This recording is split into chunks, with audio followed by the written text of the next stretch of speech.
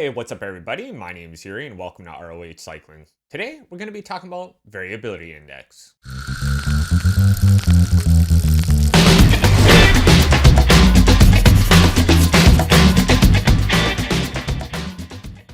We're going to check out an article on the Training Peaks website that goes over variability index. We're going to look at a chart providing some different ranges for different events. Then we're going to look at some real world example. We also will be jumping into Excel.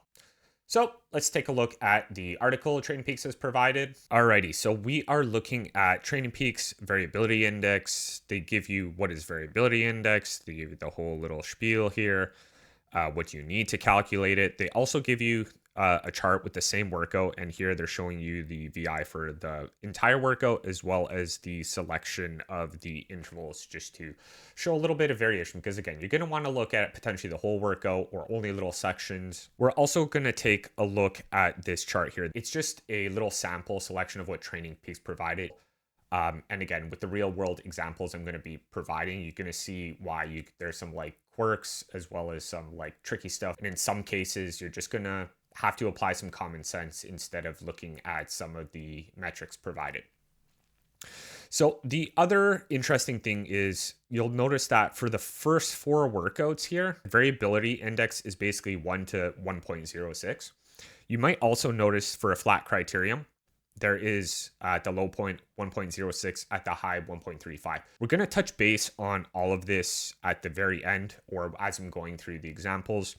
One thing I would like to note in cyclocross, in the sport of cyclocross, there are actually sections where you're not pedaling at all. You're actually dismounting from the bike and you're running. And you have to remember that your power meter or your Garmin or your head unit is always logging time in all these metrics. So you can imagine if you're riding, you hit a set of stairs, you have to dismount, run up the stairs, hop back on the bike and pedal. It's logging in a bunch of 0 as average power. And then it's going to see this surge. So the variability index for cyclocross races can just look insane. And so don't be looking at it and say, oh, I paced horribly, etc. It's the race is the race. The other thing I would like to notice here for steady iso power workouts, so it has here, it's listing as endurance ride. Basically, the variability is 1. And that makes sense. If you go out and have a fixed target, let's say 200 watts, you're going to hold 200 watts. There's really not going to be variation. Your variability index will be 1. Variability index can be used as a pacing tool, but sometimes I want to say a high variability index will give you a better pacing strategy. So in sports like triathlon or running or events that are essentially individual time trials for the individual and you are not racing against a competitor, it may make sense from an energy maintenance perspective to not overdo the surges, as there really is no benefit. If you were in a triathlon and you're doing the bike portion, you may pick a certain intensity level to ride at and maintain it so you keep yourself fresh for the run. There would be no point in riding 100% of the highest sustained power you could for that time duration, just to be completely obliterated for the run. I want to make this clear that pacing strategies for events where it is just you against the clock or you're going for a personal best, having a low variability index may make sense. But again, this also could not make any sense depending on the course. So we're going to jump into Excel. This is the fun part that everyone's been waiting for. I've created a little sheet here looking over the normalized power, average power, the variability index, and percentage of FTP column. So in this case, we're first going to do something real simple. Let's say our FTP is 200 watts. And we're doing a workout that we're holding a steady 200 watts. So you can see the average power. So normalized power would be 200 if the variability index is 1. You're taking your normalized power, dividing it by your average power.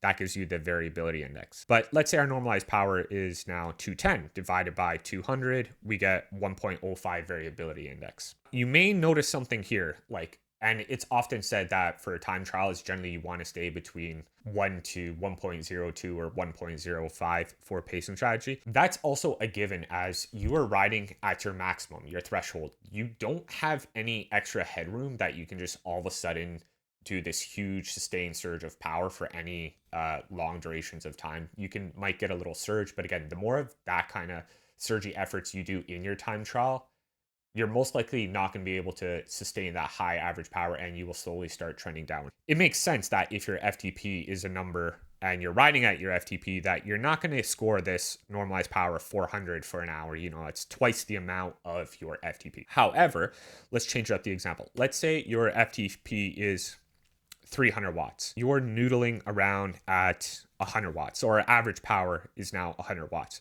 You can see here for any of these variability index, they may be possible. It is possible to ride at 200 watts normalized power because this is still below your FTP. So you'll see you will score a higher VI, but this chart here indicates this average power of 100 watts correlates to only 33% of your FTP.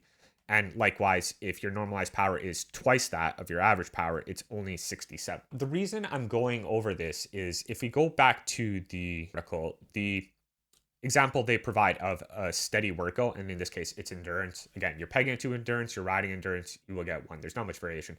But you can essentially do this with tempo, with sweet spot, and then for threshold, again, you can only maintain that one, maybe slightly a little bit higher variability index for as long as you can hold your threshold power.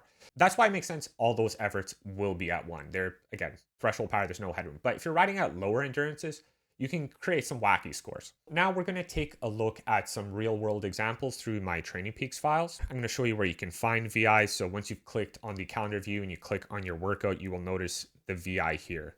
So this is an endurance ride I literally performed today, and you might notice the VI is 1.3. If we actually go and highlight the endurance portion of the effort here, you will notice that VI, again, it's almost 1, it's 1.01, and that's because I had to take a little break here. If I highlight this section here to here, it should have a perfect VI of 1. And that's because the normalized power is 152 and the average power is 152. Variability index is just showing your normalized power divided by your average power. So 152 divided by 152 is literally 1. In this instance here, we're looking at a 59-minute effort at 313 watts. And again, this is a steady state effort. We can see I initially paced it a little bit lower before I picked up the effort, but then if start to finish was essentially just a steady Freddy workout. And you can see the VI here is now 1. Normalized power is 314. Average power is 314. So far, all of this is pretty straightforward, but now I'm going to start mixing things up and showing you some little quirks that you can run into via workouts or even race files. So this is a workout I performed earlier in this year. This workout itself touches on a few things I wanted to address. So first and foremost, you can get a very high VI. Again, this is 2.08. My normalized power is 314 watts, but my average power is only 151 watts. Unfortunately, I was one interval short on this workout. I was going to stretch it out to an hour, maybe even 2 intervals short, going beyond an hour to prove another point. If you haven't seen my other videos, I cover TSS, intensity factor, and normalized power. And I also throw in a bunch of examples and some quirks that you can run into with those metrics. So in this case here, the main thing to know is that for an hour, I was actually close to an hour, I was riding over my FTP. And if you look at my normalized power here, it's 314. For the year 2023, this is way over my FTP. My best hour of power this year was 253 or 258 watts for that time duration. The only reason I can get this high normalized power is because I have really good sprint repeatability, and my sprint power has gone up several hundred watts this year. So it's pretty easy for me to blow out the normalized power metric. And in this case, my average is 2 times as low as my normalized power. The reason I bring this up is sometimes people say you can use normalized power as a proxy for your FTP or a placeholder. I would say that really depends on the athlete. For time trialists, yes, it may be a possibility. For other people who have really great or really high anaerobic power and can just rinse and repeat these high power efforts, you would be surprised at how low their FTP is. And a lot of crit riders, you'd be surprised. They may not have the highest FTP, but they have absolute monster power in and over the corners, and they can do it for an hour straight. So it's a little bit, it's a quirk of the sort of metrics. So do be careful. Normalized power may be a reflection of your FTP. It also may be not. So in this example, this is just a longer Crit, this is about an hour and 11 minutes. Again, the average power is 325 watts, and the VI is not too bad. Again, I've highlighted just the workout section because if I highlight the section here where the race is over, the VI will go up, and that's super important. So my VI is 105. However, I'm going to show you a race that was really crazy that scores similar VI, if not slightly lower at some point. This was a race I did in 2016, and this was a very, very hard race for me. This was a circuit race. It's a pancake flat course. So we're going to scroll down here for, well, let's take the race in full. It was 289 watts average. Normalized power was 313 watts. If we go to just my other metrics here, you can see my highest 20 minutes was at the beginning of the race. I was trying to get in the break or establish a break. That was my go-to when I race. I do not have any sprinting ability whatsoever. I really like long, steady, hard effort. So throughout all my history, I've always been going for the breaks. Unfortunately, if you don't make it into the break, you're just relegated to being a domestique and helping your teammates. And that's a lot of fun, but not as much fun as being on the front and just plowing yourself into oblivion. The first 20 minutes here, again, the VI is actually really low. There's another thing I want to point out. If you go to this little smoothing bar here, if you ever look at Strava or any of your training apps, all the powers you do is very smooth. It actually looks something a little bit more like this. Training Peaks allows you to smooth the data. And again, it's not manipulating the data or changing, it's just visually changing how it looks. And sometimes it's easier to pick out things, but if you want to see what the raw data looks like, it looks like this. And all of a sudden, now you can see that this VI, although relatively low, this is not a steady state effort whatsoever. This is actually extreme. The max power I'm putting out here is close to 900 watts. And there is a lot of high power efforts that are repeated throughout. So we're just going to continue down looking at the VI efforts. Again, 1.04, but you can still see that's a little bit crazy. That does not look steady whatsoever. The hour is at 323 watts. And again, the VI still stays relatively low. Same thing, hour and a half. VI still 1.04, 313 watts average. The 2 hour average power was 300 watts, and the normalized power is 320 watts. And the VI is 1.06. I'm going to smooth the data actually because it does make it a little bit easier to see. Oh, a little bit too much smoothing here. You can actually see from here to here, because I also know the race familiar, but what happened here is our breakaway got caught. Sad trombone happens. But from here on end, I'm actually reintegrating the pack. And you may actually notice my heart rate starts recovering. That's also how I know I'm recovering. So my average power tanks to 245 watts and the normalized power drops to 279 watts. But you'll notice the variability index all of a sudden goes to 1.14. And that's because it's low power or a lot of coasting and then high power efforts. If you actually look at the efforts too, you might notice some of these higher power efforts are actually higher than what I was doing in the breakaway. And that makes sense. Although this is one race file, the first 2 hours, actually the VI looks pretty steady, but it's not the case. My normalized power, my average power are fairly close, but it's not steady state whatsoever. And again, sometimes, like I said, with a lot of these metrics, you really do have to analyze your race files and apply some common sense. And that's why I also said that variability index can be a pacing tool, but it really depends. Again, for road racing, a lot of times you're at the mercy of other people. If someone attacks, you're responding, you are chasing. And so pacing strategy kind of goes out the window in that sense. So in our last 2 examples here, I just want to show that sometimes having a low VI will actually net you a slower time. And it really depends on the course. So in our first example here, you can see that I held for an hour and 50 minutes, basically 293 watts. And this was steady Freddy. 294 watts normalized power, average power is 293 watts. So the VI is 1. Now, if this was a pancake flat course, this may or may not be the optimal strategy for the fastest time. It's definitely the optimal strategy for a low VI, but we'll get into a little nitty gritty in a second here. In the second example here, we can see average power was 295 watts. Again, this was a trainer workout, and my normalized power was 299. So I gained a VI of 1.01. However, going back to optimal pacing strategy to elicit the fastest times, During this steady workout here, what I did is you can see this is a hill and this is a hill. For those of you eagle eyes, you may notice this as Zwift. And the main thing to notice is that when there are hills or uphill segments, it sometimes makes more sense to elicit a higher power to carry a faster average speed.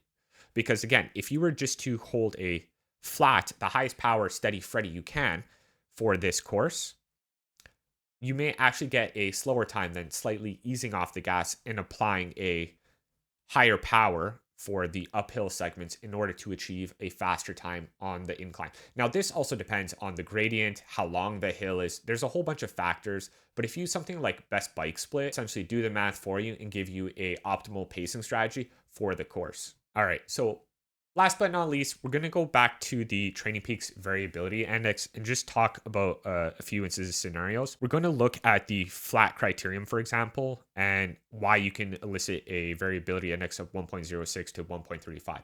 So we'll give an example of three different riders. One rider is going to go in the break, and they're essentially going to be putting out the highest power out of all of these three riders because that makes sense. They have to elicit a higher power to initiate the break, stay away from the pack, and they're going to have to hold it start to finish. Otherwise, they will get caught. So that rider there will have a very high VI. And hopefully there's, two or three other riders with them. They're equally sharing the load. They will be teammates for the duration of the event until the final lap or 2 laps to go. It's very common if you've seen a lot of the short criterium races. A lot of the bigger teams have riders that are basically workhorses or gophers, I like to call them. Essentially what they're doing is anytime someone attacks, they will chase it down. They will go to the front of the race. They will basically try and bring everything back in order for their sprinter to do as little as possible. So that rider will have a very high variability index because, again, anytime someone attacks or sneezes, they essentially are on their back, closing it down. No one escapes. If the breakaway guys did get escape, they'll be riding on the front for several laps in order to close that down. So this rider will also be expending a huge amount of power. It'll be a beautiful waste of energy. Their variability index will look awful. And again, from a pacing strategies, this makes absolute no sense. But from a team dynamics perspective, it makes total sense. And the third rider we're going to talk about is, let's say, the team's main sprinter. This rider will be eliciting the lowest power. They will be sheltered by their rides. Anytime they see a rider going up the road, or anytime a large break goes down, they're not sweating at all. For the whole entire duration of the event, they may actually elicit a very steady VI, similar to the riders that got away and are holding just a steady power start to finish. These riders will also have a very low VI because they don't essentially have to sprint over the corner. They don't have to do anything. And on top of that, they will have very low average power. So in terms of pacing strategy, if you happen to be in this scenario, then yes, that is an optimal pacing strategy if you have teammates. In this scenario, you can see here that between the three riders, they will potentially have the same VI, but they will have massively different average powers as well. In this scenario, you can see how these three different riders will have three different variability index as well as different average powers. And it's really tricky to say which pacing strategy is the best because the reality is each one of these riders, well, two of these riders will win a race in their respective elements. And the breakaway, although it's not super common to succeed in a crit, I dread crit races. I was never a good crit rider, but I was a really good breakaway rider. So my brain essentially would take a very scary scenario and there might be other like-minded individuals like myself trying to attack and stay away and form a little breakaway because all of a sudden, you can turn an hour criterium into a hour-long time trial, which is not so scary all of a sudden. Rarely does it ever work, but honestly, when it does work, it feels really good. And it's like, you basically, all the sprinters, they just sat in the race the whole time and never even got to sprint for anything. It's a wonderful feeling. In any case, which scenarios optimal for performance really depends. I posted this video initially and I took it down because I realized the titles of these videos are Training Peak Metrics Explained. And for the first couple of videos that I published, I really didn't tackle the element. I'm coming from exclusively a road cycling background. I wasn't really factoring in running or triathlon or sports that are just timed events in A to B locations, where in which case, yes, an optimal pacing strategy for them may be to have a very low VI and even a lower intensity factor in order to have the fastest splits. But for road cycling, things can get very tricky. And it gets even more complicated when you have something like a mountain stage. And let's say these climbs are at least 20 minutes long or, upwards to 40 minutes. You will be on the flats trying to produce very little power, no power, try to hide in the bunch, coast as much as possible, which will net you this high VI. And that's another thing. If you are sitting in a bunch in a road race, potentially not pedaling at all will elicit a very high VI. And that's not poor pacing strategy. If you can, in a 3 hour road race, if you can coast for 40 minutes and not pedal, that is actually a very good pacing strategy. But depends how you're trying to interpret the numbers. It may look like a very poor pacing strategy. But going back to the road example, let's say there's 3 mountain climbs and they're each 20 to 40 minutes. Essentially, you're going to want to try and do nothing on the flats, elicit the highest power for the climbs. On the descents of each of these climbs, if it's steep enough, you may not be pedaling at all. So your VI can also be incredibly high. And then, trying to decipher, was this optimal? Was this not optimal? Things get tricky. But hopefully by now I've done a half decent job of explaining variability index. If you haven't already seen, please check out my other videos on TSS, normalized power, and intensity factor. Last but not least, if you found any of the information I've provided of some help, please do like, comment, and subscribe, as that does help me out tremendously and is of no cost to you. Alternatively, leave a comment if there's something I missed out, and maybe I can do a follow-up video to the topics I've already covered. And on that note, I think I've said everything I wanted to say. I'm out.